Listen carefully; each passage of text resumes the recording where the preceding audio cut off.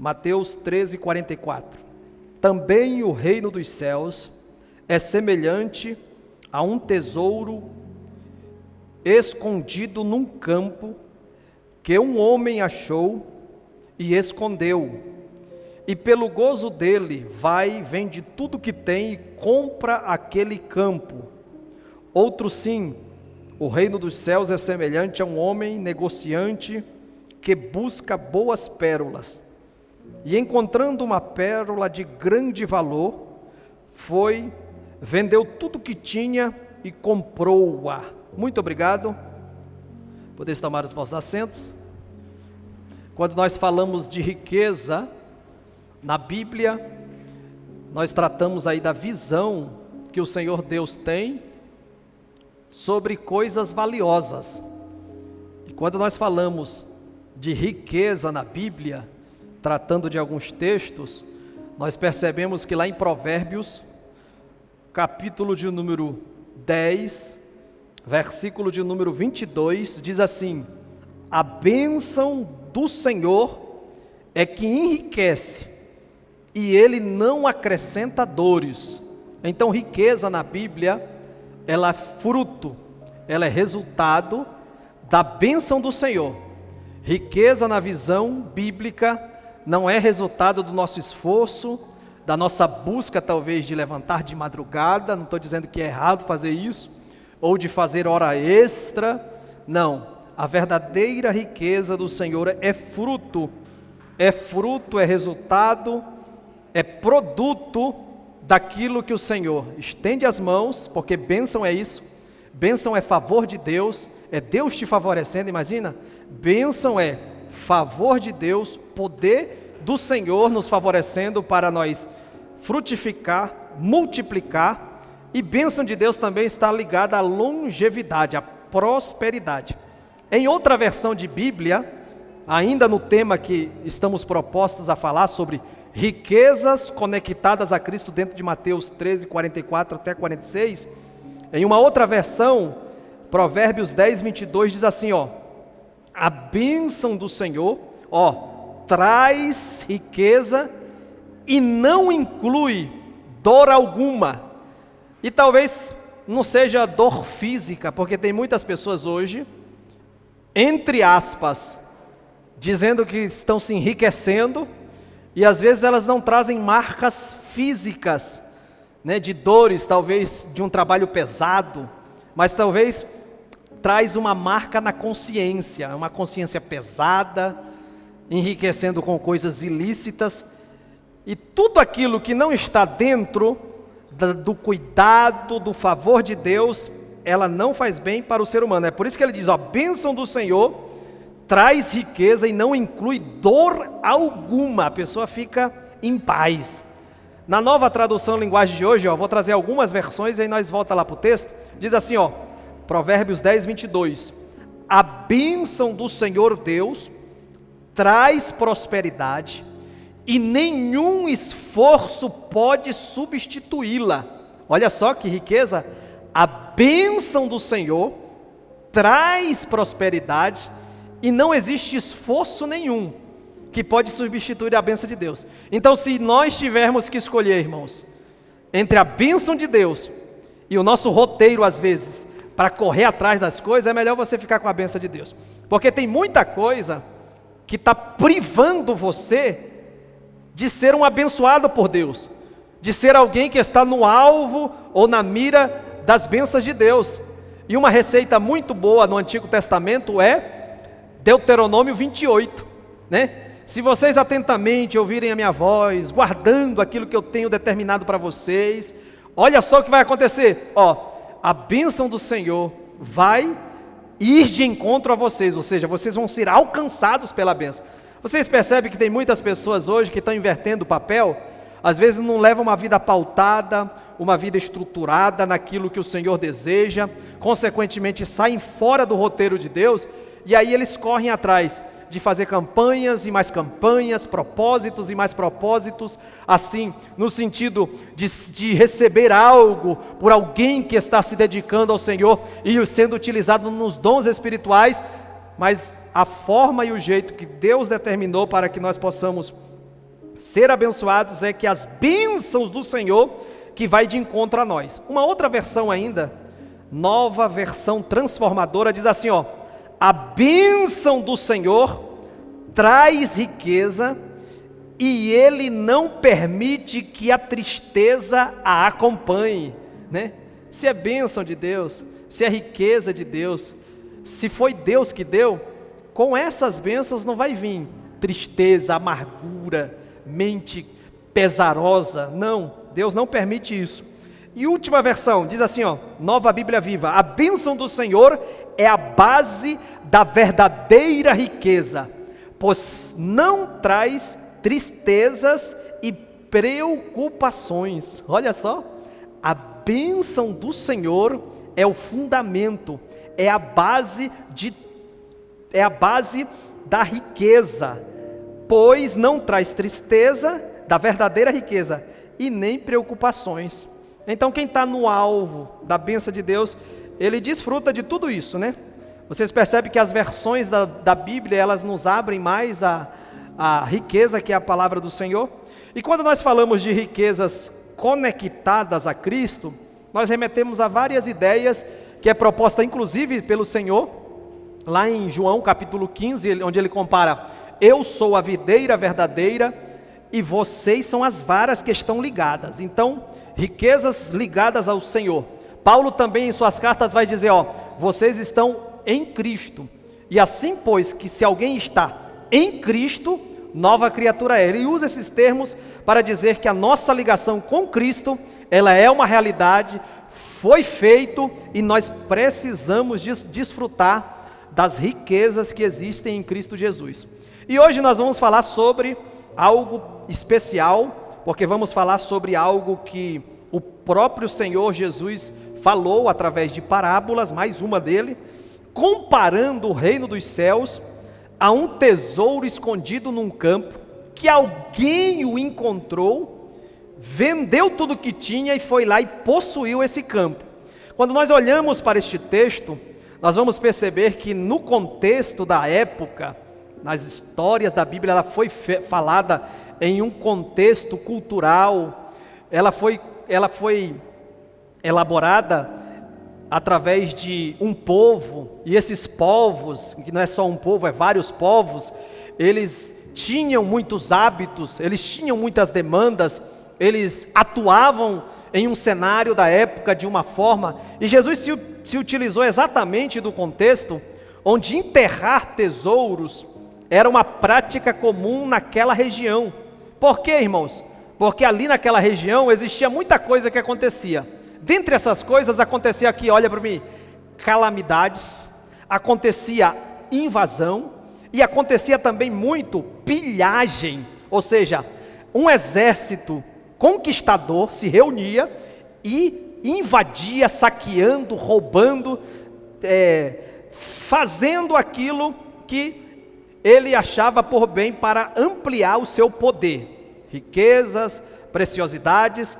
Então, como acontecia com frequência todas essas situações, invasão, saque, roubo, pessoas que se juntavam, exército que ia contrário a outros exércitos, que invadiam cidades, saqueavam, o que coerentemente o pai de família, que com sacrifício, ele ajuntava coisas preciosas, tesouros, ele fazia, ele enterrava, escondia em suas terras aquilo que era riqueza da família, aquilo que era bem precioso da família. E aí Jesus pegou essa situação histórica que acontecia frequentemente, e aí ele transformou em sua narrativa para expressar uma realidade que estava acontecendo. Jesus usa essa tal história para enfatizar o valor supremo do reino de Deus, o valor maior do reino dos céus. Na lei rabínica, o trabalhador diário, vocês percebem que na parábola diz, ó, o reino dos céus é semelhante a um tesouro escondido que um homem, olha só, um homem achou ou encontrou. Supostamente ele não era dono daquele campo, porque ele vai, vende tudo que tem e compra aquele campo. Então na tradição e na lei rabínica, aquele trabalhador que estivesse trabalhando naquelas terras, arando, roçando, se ele encontrasse um tesouro na propriedade do empregador, do patrão, daquele que o contratou, não podia extraí-lo sem dá-lo ao dono da propriedade. Se encontrasse, não era dele, ele podia tirar, mas passar para o dono. Ele não fez isso, né? Mas aqui não está o tema da legalidade. Jesus está ressaltando o valor supremo do reino de Deus.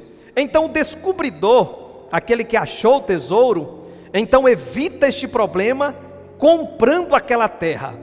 Jesus está tratando aqui do valor do reino de Deus, que é tão precioso, que o homem alegremente vai e vende tudo para obter aquele campo. E nós percebemos também que na segunda parábola que eu li aqui para vocês nesta noite, a parábola da pérola, que trata aqui, a mensagem da mesma maneira é repetida. Ela vai falar o mesmo tema central, o valor supremo do reino de Deus. E as pérolas eram altamente estimadas no mundo antigo. Existe um escritor, e eu estava lendo hoje, um tal de Plínio, o Velho, que escreve que a Cleópatra, não sei se os irmãos já ouviram falar, muito conhecida, né? A Cleópatra tinha uma pérola no valor de 5 milhões de dólares em moeda corrente. Uma pérola só, que tinha da sua riqueza, valia na moeda corrente de hoje, em dólares, 5 milhões de dólares. Imagina você ter uma pérola que vala tudo isso. Então, nós percebemos aqui que qualquer joalheiro, especialista na área, igual aquele camponês que não era bobo coisa nenhuma, que encontrasse com essa pérola, ele com certeza daria todos os seus bens, todos os seus recursos para adquirir esse diamante tão valioso. Fora disto que eu estou falando para vocês, da cultura, da tradição da época, existem alguns textos bíblicos também que trazem a ideia desse tesouro que nós estamos falando aqui. O termo tesouro é a tradução de várias palavras hebraicas e gregas, das quais osar e tesauros são as principais, que se refere, olha só, ao acúmulo de pedras preciosas, isso é tesouro, ao acúmulo de roupas riquíssimas ou de metais preciosos. Tesouro poderia na Bíblia, e você desejar abrir, é bom que abra, poderia ser o tesouro dos reis. Isaías, no capítulo de número 39, e no versículo de número 2, nós temos uma referência a um tesouro que identifica e nos dá base para a nossa fala aqui sobre esse assunto nesta noite. É bom a gente basear, biblicamente falando, né? Falamos sobre a cultura e agora aqui sobre esses acúmulos de dinheiro, de roupas caras, de pedras preciosas. E tratava também na Bíblia de acúmulo onde os reis tinham. 39:2 diz assim: e Ezequias se alegrou com eles e lhe mostrou a casa do seu tesouro. Olha só, existia uma casa do tesouro ali, do rei Ezequias. E a prata, olha só que ele identifica, o que tinha ali? A prata, o ouro, as especiarias, os melhores ungüentos e toda a casa de arma, e tudo quanto se achava nos seus tesouros, coisa alguma houve, nem em sua casa, nem em todo o seu domínio, que Ezequias não mostrasse. Então ele expôs a sua riqueza, diferente do homem aqui da parábola, né? Porque geralmente quando tu tem algo precioso, algo valioso, qual é aí a postura natural? Quando você tem algo precioso, algo que vale caro, é você não ficar expondo, né? Imagina você sair por aí com um baúzão cheio de ouro, de prata, né? Se fosse na época, né? Hoje é várias situações, né? Você quer expor? Tem muita gente que expõe por aí, né? Então aqui Ezequias expôs tudo, né? Não sei se ele está... Mas aqui nós vemos a menção do tesouro. Temos também o tesouro no templo. Não vamos citar todas as referências, mas anote aí. 1 de Reis, capítulo 14, versículo 25 e 26. Temos também um tesouro de um homem, e essa nós vamos ler, Lucas, capítulo de número 12, versículo de número 21. Olha só o que o texto bíblico fala, né? Estamos contextualizando essa questão de tesouro na Bíblia, por isso que Jesus falou, porque todos poderiam compreender e saber o que era, como vocês estão lendo e tendo aqui as informações. Lucas 12, 21, olha o que diz: assim é aquele que para si ajunta tesouros e não é rico para com Deus. Observe que Jesus está direcionando a sua fala a alguém que está ou tem acúmulos de tesouros, muitos bens, mas esses bens aí não estavam sendo levados dentro da proposta de Deus. E ele diz: ó, tu é rico para si mesmo, né? Mas para Deus é outro negócio. Então a palavra pode ser usada de forma figurada. Observem aí, essa nós vamos ler também, Êxodo capítulo de número 19, versículo 5.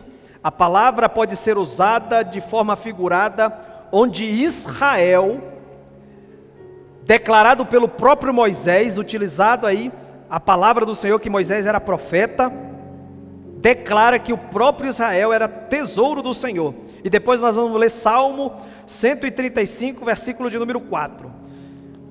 Êxodo 19, 5. A versão de vocês, ela não vai dizer tesouro, mas eu peguei, se tu tiver aí, o pessoal da mídia, Caleb, a BKJ, Bíblia King James, capítulo 19, versículo de número 5, se tu puder reproduzir. Mas a BKJ, a nossa que nós usa, diz assim, ó: agora pois, se diligentemente ouvirdes a minha voz, e guardardes o meu conserto, então sereis a minha propriedade peculiar dentre todos os povos, porque toda a terra é minha. Na Bíblia King James, BKJ, não achou aí não? Ela diz assim, ó: agora portanto, se realmente obedeceres a minha voz, e guardares o meu pacto. Olha só o que Deus declara acerca do povo: se vocês forem obedientes, olha a BKJ sereis o meu, está aqui ó: agora pois, se ouvirdes a minha voz e obedecerdes a minha aliança, sereis como meu tesouro pessoal dentre todas as nações. Olha só que coisa interessante, o próprio Deus dizendo, ó: vocês vão ser a minha riqueza. Por quê? Toda a terra é minha, tudo é meu mesmo, mas ó, se vocês ouvirem a minha voz, se vocês for fiel à minha aliança, vocês vão ser o meu tesouro. E eu disse para vocês que ninguém sai expondo o tesouro ou dando tesouro para todo mundo por aí. Alguém que tem o tesouro, ele guarda, ele protege, é isso que Deus está falando acerca do seu povo, e ainda vale para nós. Lá no capítulo de número 2, versículo 9 de 1 Pedro, ele declara, ó: vós sois nação santa, geração eleita, povo peculiar do Senhor. Significa dizer que você, eu, nós, enquanto igreja do Deus vivo, porque foi o próprio Jesus que declarou: edificarei a minha igreja. Significa dizer que vocês são as riquezas imensuráveis que o Senhor tem aqui na terra. Ele é o dono do ouro, da prata, de tudo que existe. Do Senhor é a terra e toda a sua plenitude. Mas em quem Ele está de olho? E os olhos dele brilhando, para ver a tua atitude em relação a Ele. Em quem? Em você. Parece que eu vejo quando Deus viu Jesus saindo lá daquelas águas batismais, Ele não precisava ser batizado. O próprio João falou, ó: Senhor, eu é que preciso ser batizado por ti, e tu vens a mim. João, calma lá, batiza, porque eu vim para cumprir a lei e os profetas, e isso já está estabelecido. O roteiro de Deus acerca da minha vida é esse, ou seja, eu vou fazer a vontade do Senhor, eu vou obedecer aquilo que o Pai estabeleceu. A comida minha hoje, uma necessidade básica que eu tenho é fazer a vontade do Pai. Aí Jesus se submete às águas batismais. Quando ele se submete, ele cumpre aquele roteiro, ele obedece aquilo que o Senhor tinha traçado para ele. Qual é a voz que brada lá do céu? Qual é a voz? Vamos todo mundo junto? Qual é? Esse é o meu filho amado, em quem a minha alma, o sentimento, tem prazer se compraz. Significa dizer que toda vez que você, de forma voluntária, dentro do livre-arbítrio que o Senhor te deu, porque você tem também direito de escolher se você se submete ou não ao Senhor, você tem também o direito de dizer sim para o Senhor e arcar com as consequências do sim, ser uma bênção nas mãos do Senhor, e você também tem o livre-arbítrio de dizer, ó Senhor, não, eu não quero, eu não vou viver de acordo com a Tua palavra, mas também arcar com as consequências. E eu acredito que quando você diz sim para o Senhor, eu acredito que quando você ouve a palavra do Senhor através do estudo bíblico como esse, e decide viver de acordo com o Senhor, parece que eu vejo os olhos do Senhor brilhando também lá, e olhando, ó, irmã Silvana, minha filha amada, em quem a minha alma tem prazer. Irmã Damares Sanches, olha lá minha filha amada, Lana e Maté, fazendo a minha vontade, a minha alma se compraz, porque o tesouro de Deus aqui na terra, eu não vejo ele nada mais chamando de tesouro, de riqueza, de forma figurada, são vidas, é você, é o teu coração que Ele quer, é a tua história que Ele quer fazer dele coisas preciosas. Olha o Salmo de número 135, o assunto é muito rico, tá, irmãos? Se fosse ler muita coisa, eu achei muita coisa na Bíblia sobre o tesouro, mas vamos ler alguma coisa aqui para você ter ciência do que a palavra de Deus é. Salmo de número 135, eu falei capítulo, né, no domingo, e as irmãs lá, que é assídua na escola dominical, e teólogas falaram, pastor errou, escola dominical, o Salmo não tem capítulo. Como eu comparei, irmãos, ó, só ratificando ou me justificando, como eu comparei aquele texto com todos os demais textos que chama de capítulo na Bíblia, como é que eu poderia dizer? Não, o Salmo é o número maior do que o capítulo de todos, do que os outros capítulos da Bíblia. Como foi comparação, eu falei capítulo, para se alinhar e se adequar com os demais textos da Bíblia. É o maior número, né, da Bíblia que se refere à palavra do Senhor. Por isso que eu falei capítulo. Mas Salmo de número 135, versículo de número 4, vai dizer o seguinte, ó: porque o Senhor escolheu para si a Jacó e a Israel, para o que, igreja? Todos juntos? Para o seu tesouro peculiar. De novo, para o seu tesouro peculiar. Então, nós percebemos que dentro de um contexto bíblico, tesouro é uma realidade.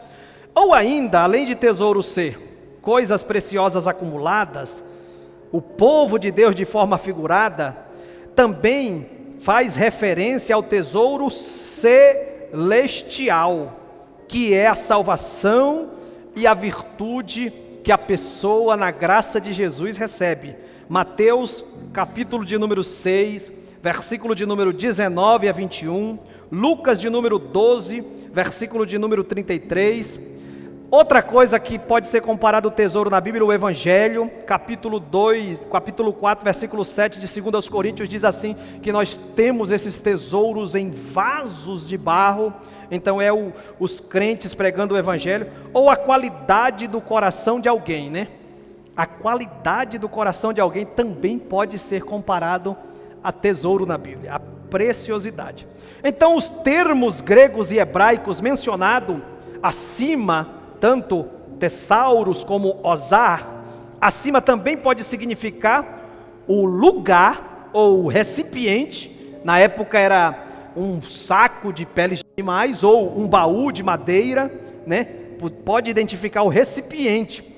Um exemplo disso que nós vemos na Bíblia, os tesouros que os magos abriram na presença do menino Jesus e Maria, eram provavelmente alguns portas-joias, ou seja, o lugar onde se guardava, capítulo 2, versículo 11 de Mateus. Tanto o templo de Salomão, como o palácio real, como eu li para vocês, tinham o local, tá? Se tratando do lugar, do local, do recipiente onde guardava tanto o templo quanto o palácio real, tinham locais especiais para que os tesouros fossem guardados, vasos sagrados e todas as coisas que eram consideradas valiosas. Primeiro livro das Crônicas, 28, 11 a 13 diz isso. Segundo livro das Crônicas, 32, 27 ao 28, diz acerca de tesouro no sentido do lugar, do quarto, do ambiente, do recipiente onde o tesouro era depositado. O tesouro do templo de Herodes, onde o povo trazia as ofertas em dinheiro, ficava no pátio das mulheres. Marcos 2, 41 a 44. João 8, 20 também diz isso. O próprio as próprias cidades Pitom e Ramsés eram cidades tesouros, né? Ou cidades onde armazenava a provisão para o faraó. Capítulo 1, versículo 11 do Êxodo.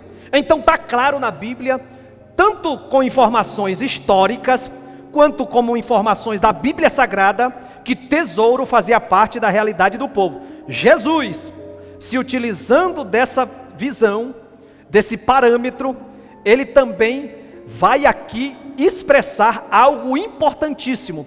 E diante de tudo que eu disse para vocês aqui em rápidas palavras, a pergunta que eu quero fazer para cada um de vocês, e você pense e responda para você mesmo: qual é o seu maior tesouro?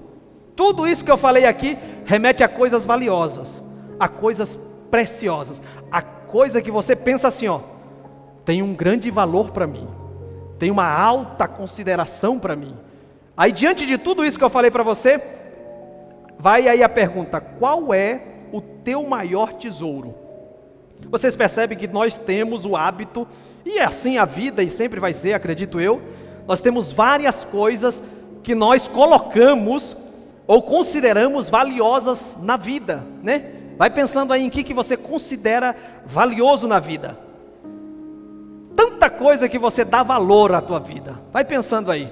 Mas a pergunta aqui é: qual é o teu maior tesouro hoje? Se você fosse escrever, se eu desse uma folha de papel, uma caneta para cada um de vocês aqui, e falasse para vocês assim: escrevam com palavras aí, qual é o maior tesouro da vida de vocês agora? Aí vocês iam colocar ali, tá? Vai pensando aí, né?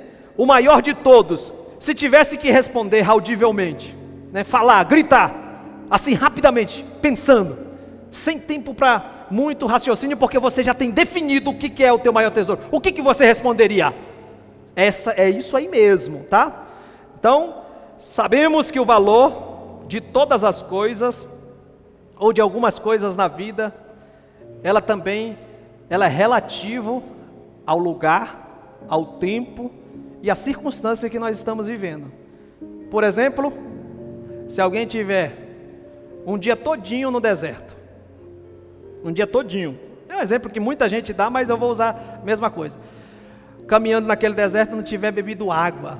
Inclusive, eu estava vendo uma matéria onde aqueles que fazem aquelas excursões no deserto, o que mais eles orientam, principalmente daqueles que não são afeitos àquela localidade, não convivem ali, o organismo não é adaptado com aquilo, como a temperatura atinge alto grau, né? Elevadíssimos, e o ar é seco, durante o dia principalmente, a toda hora, ó, se hidratarem. Agora imagina alguém caminhando o dia inteiro sem tomar água naquela região. Imagina alguém caminhando o dia inteiro sem ter água para tomar. E aí ele está ali naquela expectativa. E aí se colocasse diante dele, ele já se esgotou, já se desidratou. Vocês sabem que, segundo os estudiosos, o nosso corpo, do adulto principalmente, é 74% líquido, né? Para tudo nós usamos água. Eis aí a necessidade de tomar água, tá, irmão? Nós usamos para ingerir alimento, a própria saliva, o próprio sangue, para fazer a função que ele... Tudo se utiliza água. Tudo se utiliza água no corpo. Então, basicamente, a gente é água a maior parte do corpo. e aquele corpo desidratado, mas aquele homem tem um sacolão de dinheiro, uma bolsa cheia de dólares, ali. Se alguém chegar para ele, com 1 litro de água, e dizer para ele assim, ó, ei, me dá esse sacolão de dinheiro aí, e eu te dou esse litro de água. Vocês acham que ele vai falar o quê? Nem dentro daquela situação. Ele lá já desidratado, né? Com a boca seca, querendo provar Ó, irmã Bruna chega até a tomar um golo d'água agora aí, ó. Ele vai escolher a sacola de dinheiro, que tem muito valor. Dinheiro tem valor, mas dependendo do ambiente não vale nada, né? Quantas pessoas dariam todo o seu recurso que tem hoje por causa de ter saúde? Então, dependendo do lugar, cooperador irmão Valdeci, né, popularmente conhecido como Del, as coisas valorizam altamente, e dependendo, é um valor relativo. É um valor relativo. Isso aqui e vários outros exemplos a gente podia citar para vocês, né? Agora, quem de vocês agora respondeu que o teu maior tesouro é água? Quem de vocês respondeu? Eu acredito que nenhum de vocês respondeu. Não, o meu maior tesouro hoje que eu tenho lá em casa é a água que sai da minha torneira. É a água daquele filtro abençoado que o pH é altíssimo. Esse é o meu maior tesouro. Ninguém, a minha maior riqueza é água. Não obstante ser importante, mas ninguém vai falar que a água é o seu maior tesouro. Sim ou não? Ninguém fala, irmãos. Mas a água é importante, mas não é, né? Então, dependendo do contexto, o valor é relativo de muitas coisas. Isso não acontece só nesse exemplo, acontece em várias situações. No deserto tem um grande valor, né? Mas na tua casa, o teu maior tesouro não é isso. Talvez no deserto, para alguém que está com sede, naquela hora é a água, o dinheiro não. Mas em casa às vezes não é. Muitas pessoas, agora reflexão aqui, ó, muitas pessoas sacrificam a vida, dedicam seu tempo, dedica atenção para ter, né, milhões no banco. E não é pecado querer ter uma poupança gorda, desde que por meios lícitos, e desde que você também não sacrifique coisas essenciais, importantíssimas para obter essas coisas. E eu acredito que os irmãos devam aí concordar com essa visão aqui que a gente está passando, né? Mas ter dinheiro no deserto, como eu citei para vocês, não vai resolver nada. Então, dinheiro, ele tem um certo valor, e a Bíblia deixa isso claro. E se nós queremos ter uma cosmovisão cristã aplicada à questão do dinheiro, nós precisamos entender que o dinheiro, como declarou alguém, ele é um bom servo, né? Ele é um bom empregado, só que ele é um péssimo patrão, porque o problema não é ele, o problema é o valor, ou se o coração está naquela coisa, o valor que se dá, né? O amor ao dinheiro é a raiz de todo mal. Então, percebemos aí que surgem profundas reflexões e também pergunta vai surgir. Então, se tudo isso que eu falei aqui, dependendo da situação, do lugar, aquilo tem valor, aquilo não tem, né? E você deve ter pensado em várias outras situações, como eu e você, crentes em Cristo, podemos medir, como nós podemos medir o valor de alguma coisa então? Verdadeiramente tem valor, verdadeiramente pode ser considerado uma preciosidade. Todos nós atribuímos valor a várias coisas da nossa vida. Então, qual é o critério que você deva usar para identificar isso? Isso tem valor, isso não tem valor. Não, isso tem um pouco de valor, isso tem... Não, isso aqui é mais ou menos, isso aqui não, isso aqui é essencial, isso aqui é valorizíssimo, se é que tem essa palavra. Isso é muito importante, isso é mais ou menos importante, isso aqui não é muito importante não. Qual é o parâmetro que nós devemos usar para isso? Nós estamos falando, né, sobre riqueza, sobre valores. Qual é o parâmetro que você usa, que eu uso, que nós usamos para estipular o valor das coisas? Que parâmetro você usa? Já pensou nisso? Qual é o meu filtro para entender o que realmente é importante e o que não é? Ou será que eu estou levando, estou levando a vida? É o filósofo que diz, estou deixando ela me levar? É o poeta, né? É o poeta? que diz, deixa a vida me levar, a vida leva eu. É o escritor, né? Deve ser o escritor. De vez em quando eu pergunto assim, algum refrão para os irmãos, né? Aí o irmão lá começa a cantar. Não, pastor, é um cantor que... Aí eu falo, irmão, é crente. Mas é assim, a visão do mundo, ela vai impregnando. Então, qual é o critério? Qual é o parâmetro? Como saber que algo realmente possui valor, irmão? Qual é a medida para aferir o valor das coisas, para saber o que realmente tem valor? E o valor muito grande, muito pouco, enfim, será que existe algo que verdadeiramente tem valor? E não importa, tem coisas então que tem valor, e não importa se está chovendo ou se não está chovendo, não importa se está lá no deserto, com sede ou se não está, existem realmente coisas que têm valor, independente do tempo e da estação, independente do lugar, existem valores estabelecidos pelo Senhor, que eu e você não devamos abrir mão por nada e nem por ninguém, que tem valor em todos os tempos, em todas as situações, em todas as condições humanas, em todas as circunstâncias, aqui, lá, acolá. Será que tem, irmãos? Pensa aí, tem coisas que têm valor independente da condição e da situação? Será que existe algo que possui esse valor em todos os lugares? Então essas duas parábolas, elas tratam disso e podem nos ajudar a responder essas questões, que a gente levanta de vez em quando, né? Que a gente precisa fazer enquanto crentes, por quê? Primeiro ponto que eu quero colocar aqui, vocês percebem, olha só, que Jesus falou essas várias parábolas, inclusive esta, em um contexto em que, doutores da lei, fariseus, escribas, anciãos, estavam querendo o quê? Descredibilizar a autoridade dele. Muitos aqui estavam querendo tirar a autoridade de Jesus. Imagina, eles estavam em um conflito de visões. Por quê? Porque cosmovisão diferente de mundo. O ancião tinha uma visão de mundo, o fariseu tinha outra visão, os saduceus tinham outra visão. E não é isso que acontece hoje, irmãos? Não é isso que o mundo tenta implementar, né? Não é isso que nós tratamos às quintas-feiras que se passou, sobre a semeadura do joio, o mundo, a concupiscência da carne, a soberba da vida, a concupiscência dos olhos, e vários outros elementos que ele usa. Então ali estava acontecendo exatamente. Existiam muitas pessoas que discordavam da autoridade de Jesus, muitas visões diferentes daquilo que Jesus estava realizando. Os anciãos tinham uma, os doutores da lei tinham outra visão. Então Jesus Cristo conta essa parábola para que os seus discípulos, não ficassem enganados quanto ao propósito de Deus para eles, naqueles dias de conflito e de grande embate.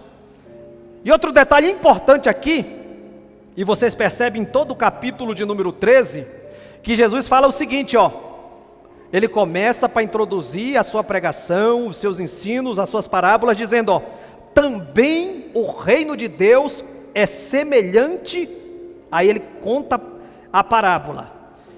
No capítulo de número 44 ele diz isso, no capítulo de número 13, versículo 44, ele começa assim, no versículo de número 45 ele começa assim, no versículo de número 33, o reino dos céus é semelhante a... No versículo de número 24 desse capítulo, a mesma coisa.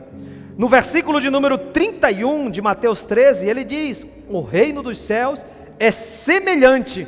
Então Jesus aqui, ele está falando do quê? Do reino dos céus. E se eu fosse perguntar para vocês aqui hoje, irmãos, se Jesus estava falando do reino dos céus, principalmente aos seus discípulos que estavam ali, para que eles não dessem credibilidade aos fariseus, doutores da lei, que queriam tirar a sua autoridade e desvirtuar as grandezas de Deus propostas para o seu povo, porque eles tinham visão pautada na tradição humana, eles tinham visão pautada em muitos outros segmentos, em muitas outras cosmovisão, mas Jesus está implantando e ensinando sobre o reino de Deus. E se eu fosse falar para vocês o que é reino de Deus ou reino dos céus, como Mateus trata? Olha, preste bem atenção que essa definição é importante.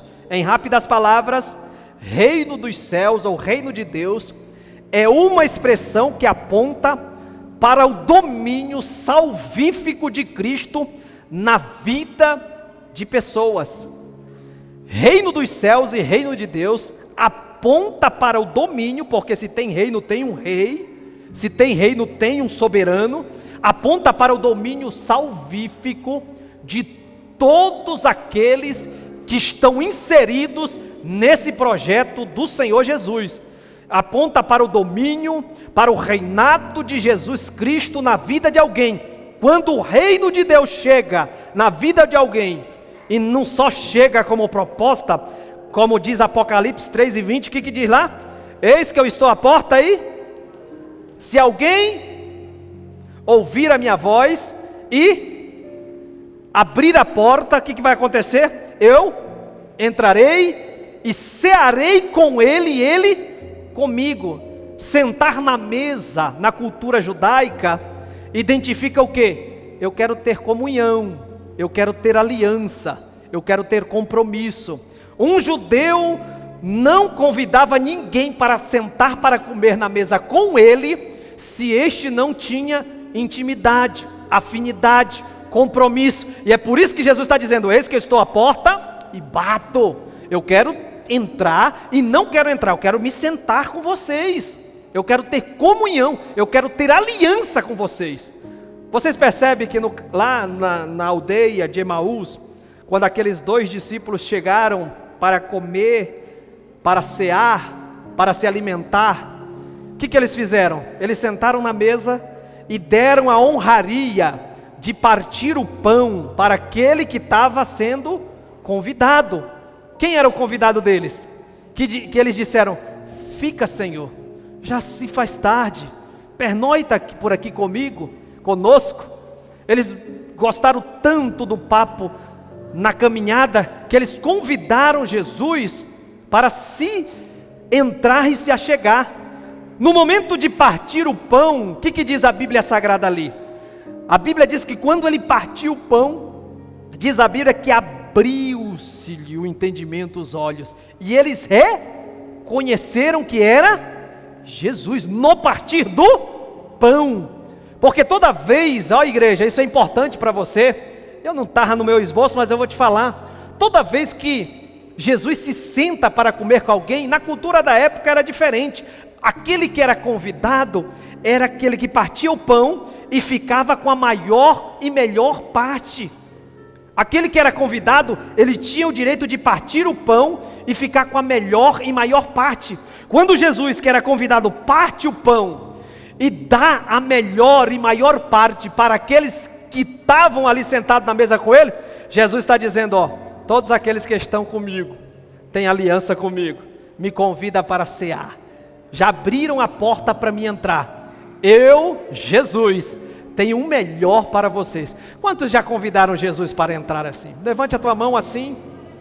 O Espírito Santo me faz entender que Ele tem coisas preciosas sendo dispensadas. Enquanto você está aqui ouvindo uma palavra ministrada como essa, o Senhor está abrindo tesouros preciosos da parte de Deus.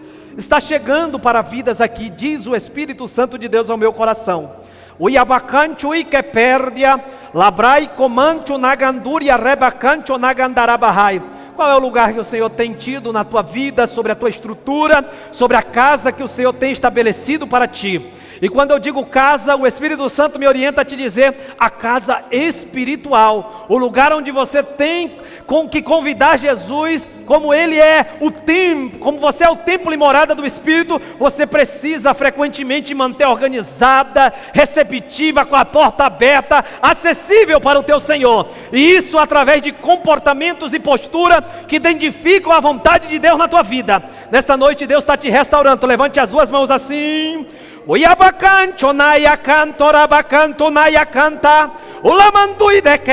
renovo de Deus te alcançando agora.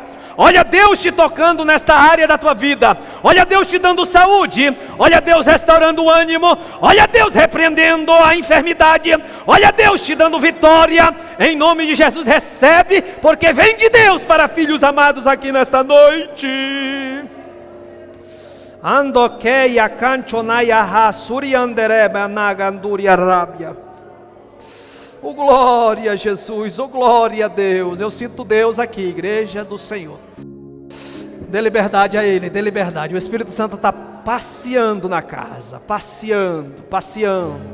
Satanás tem armado laços para te derrubar, mas Deus cortou todos eles e você está aqui, tá? Você está aqui, Deus vai continuar dando vitória.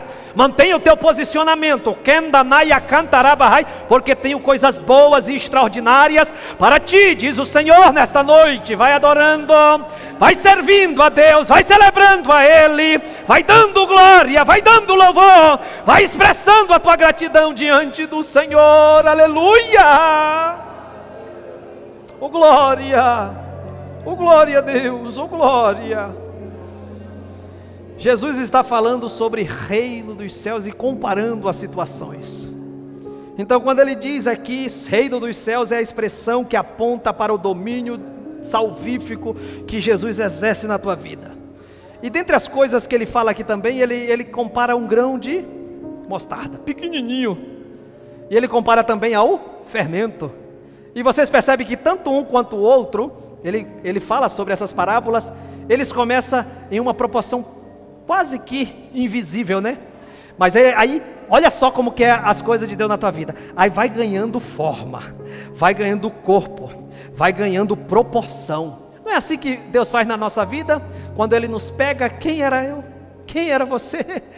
Condenados ao inferno por toda a eternidade. Mas Ele vai lá, aquele que não era nada, estava fadado ao fracasso, aí Ele vai dando currículo. É por isso que quando Jesus nos chamou, Ele não chamou pautado na nossa vontade, no querer do homem. Ele chamou pautado na sua vontade, no seu querer. Porque antes de Jesus você era uma coisa, e depois de Jesus, Ele vai construindo uma história, vai construindo.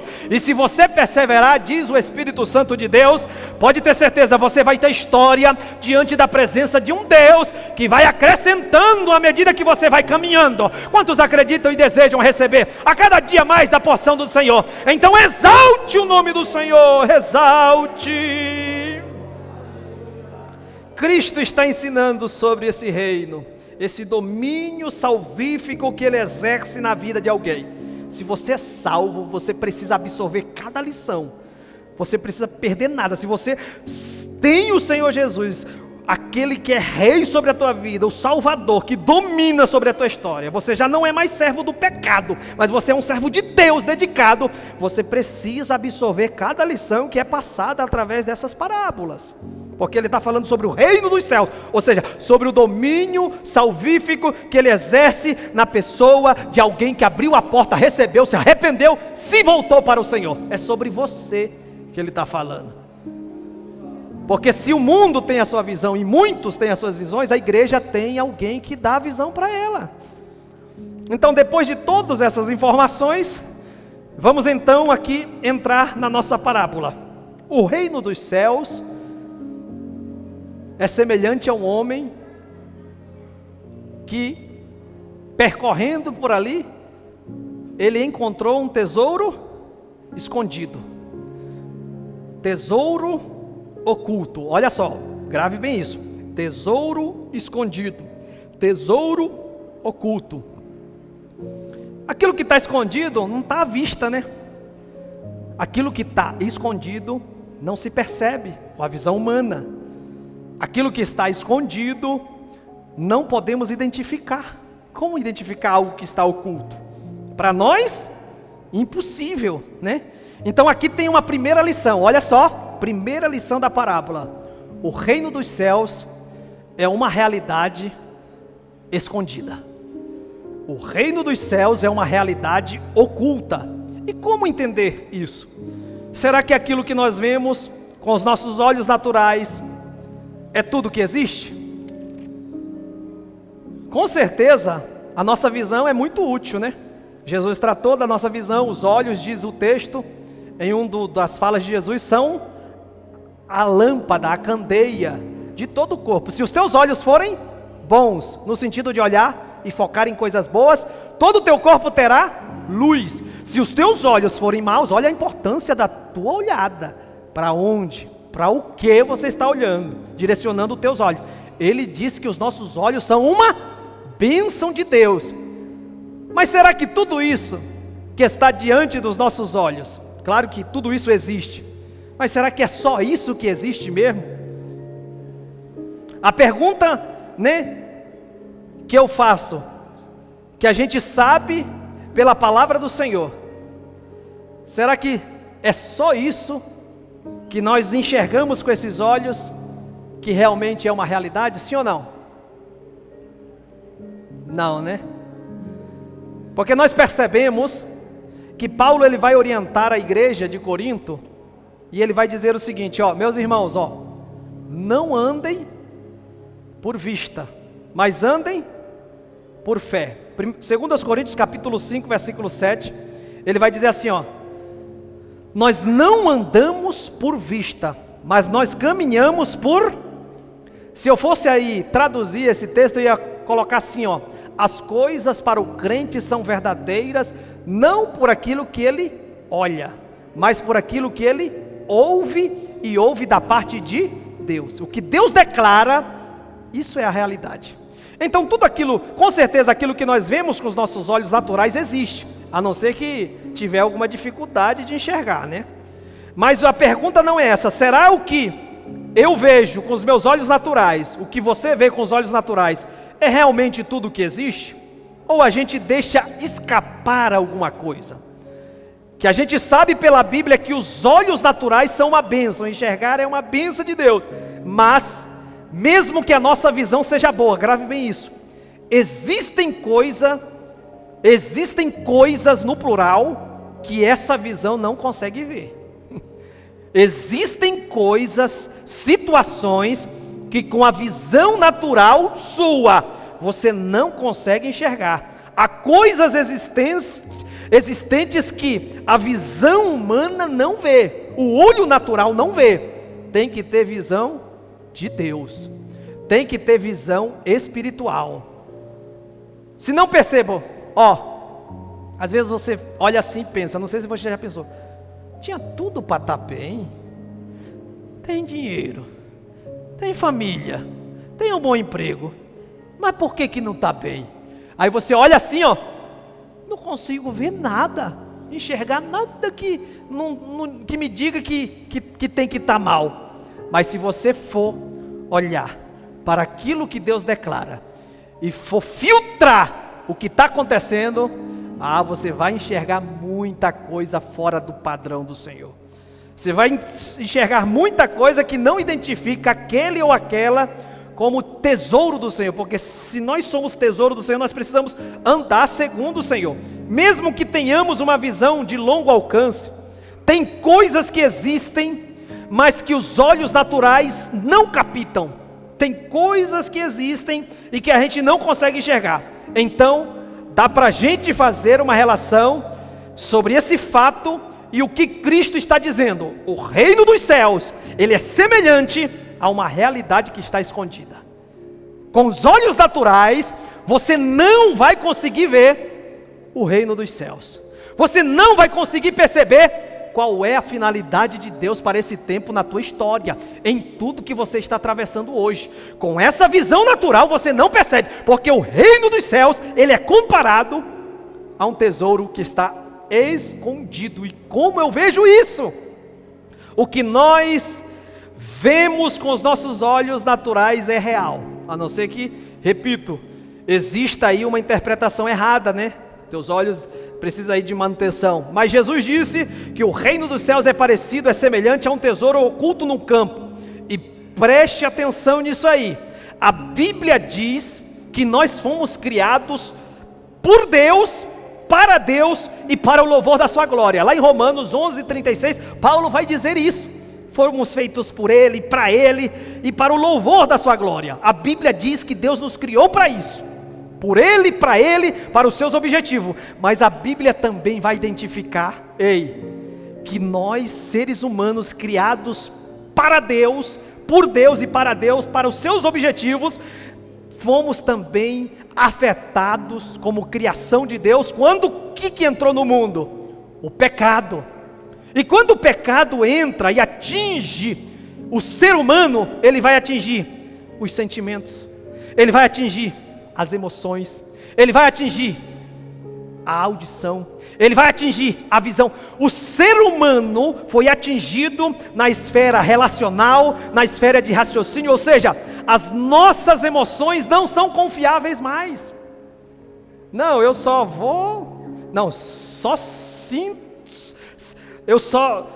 vou dizer que o culto foi uma bênção se eu sentir, se eu me der uma chacoalhada, a minha emoção se alterar, tal. Eu só vou fazer isso se eu sentir. Tem pessoas que só estão andando se tiver alguma emoção, se tiver algum sentimento envolvido. E a Bíblia vai tratar que o nosso coração, Jeremias, e eu já vou encerrar com isso, sobre que as nossas emoções não são confiáveis mais, porque o pecado atua nas nossas emoções. A Bíblia diz que depois de Gênesis 3, a nossa racionalidade, ela não é assim tão imparcial e nem tão confiável assim. Vamos ver lá em Isaías 64:6, não temos mais tempo, nós continuamos na próxima quinta, mas olha o que diz Isaías 64, versículo de número 6. Diz assim: mas todos nós, olha aquilo que o pecado afetou, o impacto do pecado. Olha Isaías dizendo, mas todos nós somos como imundo, e todas as nossas justiças como o trapo da imundícia, e todos nós caímos como a folha, e as nossas culpas como o vento nos arrebata. Jeremias capítulo de número 17, Jeremias capítulo de número 17, versículo de número 5 diz assim: assim diz o Senhor. Olha só, maldito é o homem que confia no homem e faz do braço da carne, e faz da carne o seu braço, e aparta o coração do Senhor. Versículo 9 e 10. Enganoso é o coração, mais do que todas as coisas, e perverso, quem o conhecerá? E olha o Senhor respondendo: eu, o Senhor, esquadrinho o coração e provo os pensamentos, e isso para dar a cada um segundo os seus próprios caminhos e segundo o fruto das suas ações. Ei, quando o pecado entrou no nosso mundo, ele ocultou muitas coisas de que Deus tinha propósito, mas através da presença do Senhor Jesus na nossa vida, nós estamos sendo a cada dia melhorados e vamos continuar melhorando a nossa visão. Então o pecado atingiu o aspecto cognitivo do ser humano, o pecado atingiu o aspecto biológico do ser humano, ou seja, essas disfuncionalidades, essas doenças todas. Então o pecado atingiu o ser humano integralmente, todas as áreas foram afetadas. E é por isso que Jesus está dizendo, olha, o reino dos céus é comparado, o domínio salvífico que Deus exerce na vida do crente, que abriu o coração, ele é semelhante a um homem que encontrou um tesouro escondido no campo. Ele está oculto para nós enxergar com a visão humana, e é por isso que cada vez mais nós, como tesouro do Senhor, vidas preciosas para o Senhor, precisamos nos aproximar de Deus, para que nós possamos descortinar dentro da nossa vida espiritual aquilo que Deus quer revelar nesse tempo para as nossas vidas. Vamos colocar de pé? Próxima quinta nós continuamos.